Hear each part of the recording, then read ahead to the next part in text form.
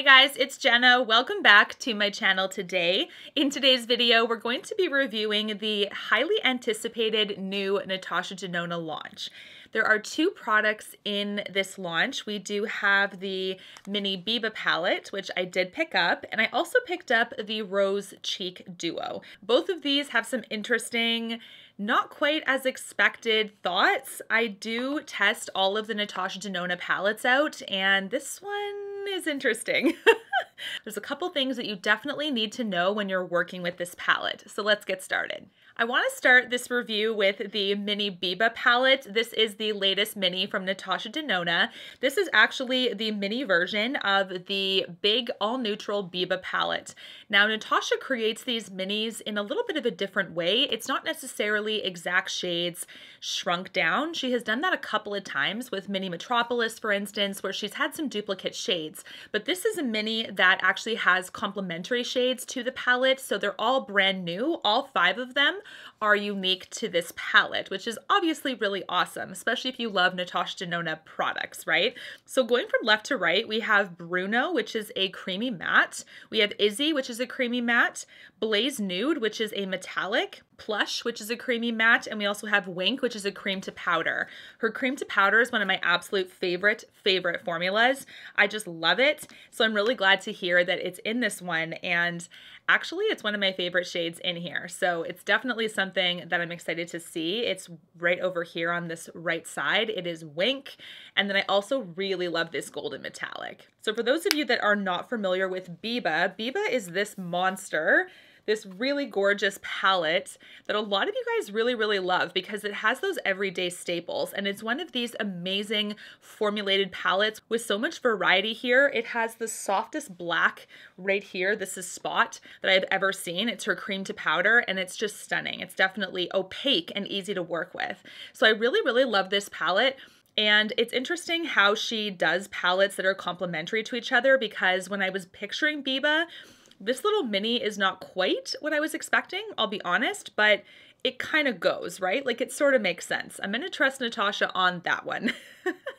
This little mini Biba palette is the same price as her other minis. It's 25 American dollars or 33 Canadian dollars for those of you that are Canadian like myself.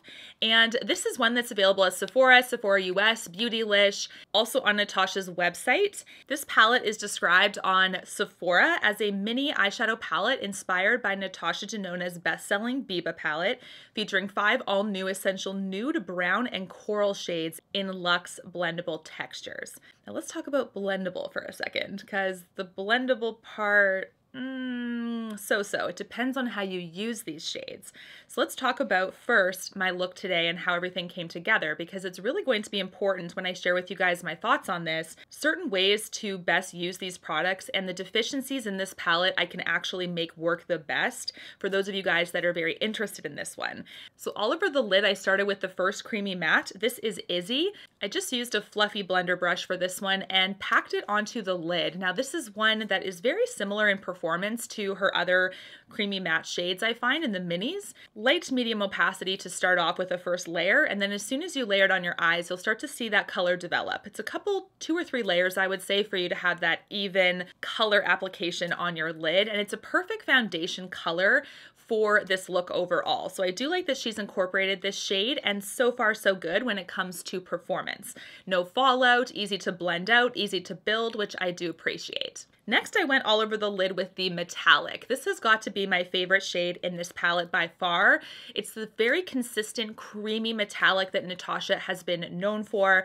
This is a little bit of a flaky texture, so it does result in a little bit of fallout on the face, even with a fingertip application. So that's kind of what I was experiencing, but I do tend to use her metallics with a fingertip in particular to really amp up that look. This is kind of like a rosy, has a little bit of a rose undertone to this metallic. It is stunning, 100% my favorite shade, and you can see that the rest of the shades, like this is the only shimmer in this palette, which isn't my favorite thing. When you look at how this is constructed, we have, of course, this cream to powder, love seeing that, and we have the 3 creamy mattes. If I was choosy, I would have preferred one of these creamy mattes to be a shimmer. just something else, just something to diversify this palette a little bit. So that's just kind of my taste. I'm wondering though if she put a lot of mattes in here because Biba has a lot of mattes, like the original palette. Hard to say, but I do think that if you're just looking for the mini and you don't have Biba as something that you can use complementary, a little bit more matte focus, a little bit less shimmer, right? And for me, I'm a shimmer lover. I do miss having that second shade. Next, I went in with the coral shade. So this is the shade Plush, and I went all over the bottom lid with this one. It's a little bit difficult to show you guys on camera. It just looks a little awkward when I put my face down like that. So I will figure out a way to make it look a little bit better. Maybe I'll just use a smaller mirror next time. But this is one that I just used a nice tapered brush and really went in under the lid there. Very complimentary. I really love this gorgeous coral shade. It also performed just as well as the first matte. So I really liked that. And I do like how it has a little bit of, you know, some pinkiness into this look overall, because otherwise it is quite nude forward and brown forward, right? So putting this under the lid there really does give you some nice, interesting flair to this look. No problems blending this one out, no problems building this one as well. So once again, that consistent creamy matte that Natasha offers. The next shade I went into is actually the first shade I wanted to add some depth to this look. I wanted to start with that outer edging in this eye look. So I wanted to get some deep shades going. First started with the cream to powder. You guys, this is one that I love. It really, really worked excellent when it came to applying. Pigment forward for sure compared to some of these mattes. So I did find, of course, this one has a little bit more density to the formula, I feel like.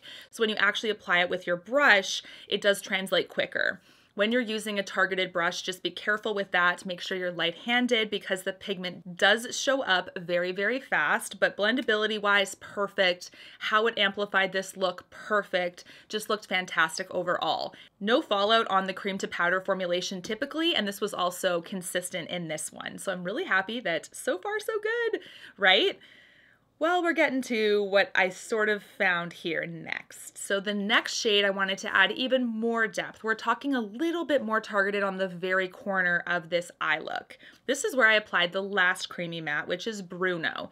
Bruno has a bit of stiffness to it, a little bit of dryness compared to the other mattes in here. Very interesting because when you're doing detailed work like this, it's not going to matter. You're literally putting a tiny bit of pigment on the outer edge. You're going to be able to make it work. It's totally fine. When it comes to doing more surface area with a shade like this, you will see the dryness and the stiffness amplify because now we're talking about a larger surface area and we're talking about this shadow going a little bit more of a distance compared to just the targeted smoky look. So this is one, if you are not careful, we're right on the far left here. If you're not careful with this one, I do think that you're going to see some patchiness, a little bit of dryness, harder time buffing and blending this one into the crease because of that formulation deficiency. So that's the first thing I noticed with this palette, but in order to make it work the best, you could just do it as a liner or as a very targeted smoky effect to your overall look. Then I added some liner, I added some lashes, and we have the look today, which, you know what, it's fairly similar to another palette. Maybe something that she recently came out with, perhaps. The palette I'm talking about is the Glam Face and Eye palette. This is actually in the light version of this palette. So although the shades are not duplicate, that is definitely something to stress. The overall look is similar. So this has a very similar vibe with a touch of rosy undertones compared to something like this. This is why I'm thinking, if you have this palette already, is this mini Biba like an absolute necessary purchase? Hard to say, not necessarily, because she's sort of like duplicating herself a little bit with these overlap in palettes. This is one that has a little bit more light shades overall. This one has slightly more depth, the mini Biba, and I would argue that the shimmers in here are a totally different texture, totally different formulation. These are a lot more light, a lot flakier. This is her classic metallic that has a little bit more density and creaminess to it. So it is a different palette overall, but the look is similar.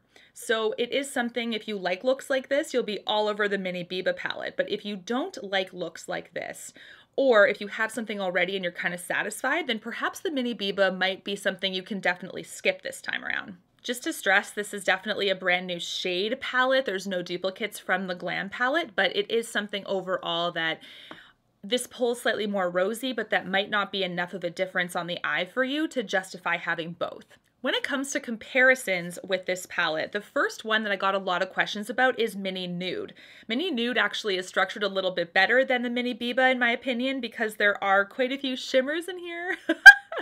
You know, shimmer and me, we're best friends. So this one has more shimmer and I'm happy about that, right? This is one though that is a bit more consistent across the board. Even the mattes are consistent compared to Biba. So overall, I would say quality-wise, Mini Nude is slightly above because the consistency is a little bit better, but it's not to say that Biba is a total terrible palette, right? It's just like when you're comparing the two, the consistency of Mini Nude is a little bit more apparent. So swatch-wise, you can tell that the browns are not that close. They do have similar qualities, but they're definitely not that close. I will show you guys a detailed swatch here of the comparisons. We also have the metallic swatch side by side, and definitely the Mini Biba has more of that rose tone underneath, and the Mini Nude is a lot more light, a lot more champagne-y in nature compared to the rose undertone of Mini Biba's metallic. I did get a special request to do the Charlotte Tilbury Pillow Talk Instant Eye Palette to compare, so I did do that as well. You can see that the corals are really, really close. We have Natasha Denona's and we have Charlotte Tilbury's. They're almost the exact same shades. I could totally see why you guys were thinking that they might be similar. We also have in the Date Trio, we have some browns that are close, but they're not the same color. So again, maybe similar vibes on the eye overall, but not necessarily an exact duplicate of a shade. Of course, they are also different formulations because Charlotte has a totally different, like creamy matte compared to Natasha's. Just like apples and oranges. Both are great, but of course, both are different. Now let's talk about the Rose Cheek Duo, which is actually one that I'm a little bit least impressed with compared to the palette. So out of the two, I do prefer the palette more. So just to preface that, right? So the Rose Cheek Duo is one of her minis. I don't know what it is, you guys, but the minis, like these little guys, she has done before. She's done a highlight and bronzer, highlight and blush. They tend to be questionable when it comes to quality consistency-wise. Like quality control tends to be a little bit off.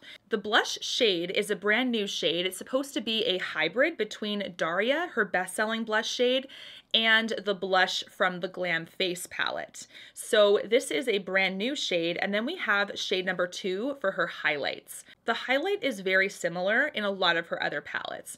This isn't a standout, totally different shade. There's a nice highlight in the Glam Face palette as well. It's very similar compared to other highlights she has done. So it's not unique in that way, but the blush shade is very unique. So let's talk about how they apply. That's where the question mark kind of came up.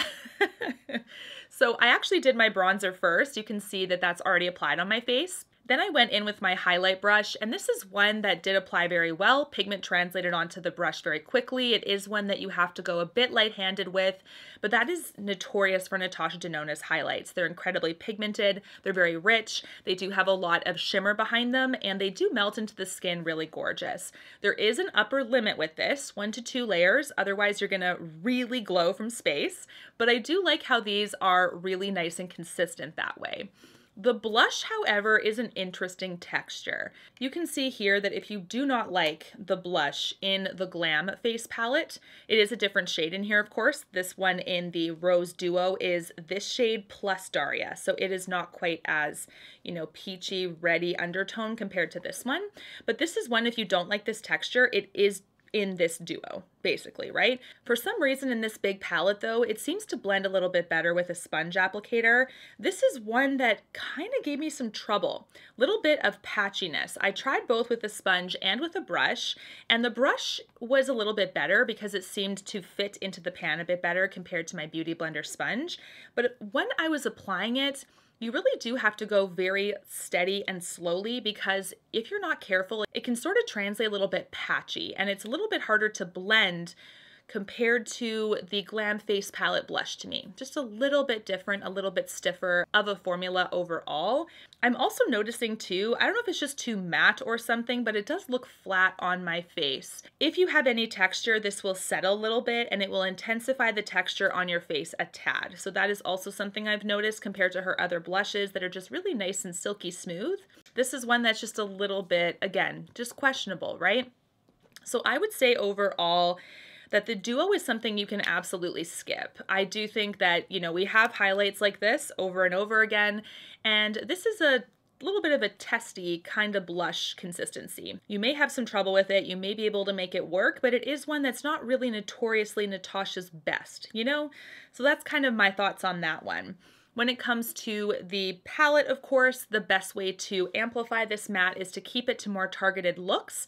Otherwise, I do think overall this is a bit of a surprise, but the look is very similar to what she's done with Glam Face and Eye, so might not be necessarily something that you need, right? This is still definitely a good mini palette, very consistent overall. It's certainly not the worst she's ever done, but I do think that if there was one more shimmer and if that consistency in those mattes was matched, I would be a little bit happier with this one. Let me know your guys' thoughts on both of these products. Are they on your wish list or do you already have them? Because I know the shipping was crazy fast for this one and people got them already. So let me know your thoughts down below. If you have any tips on how to use them the best, by all means, do share with our community here. And until my next one, guys, take care and stay safe. Bye, guys.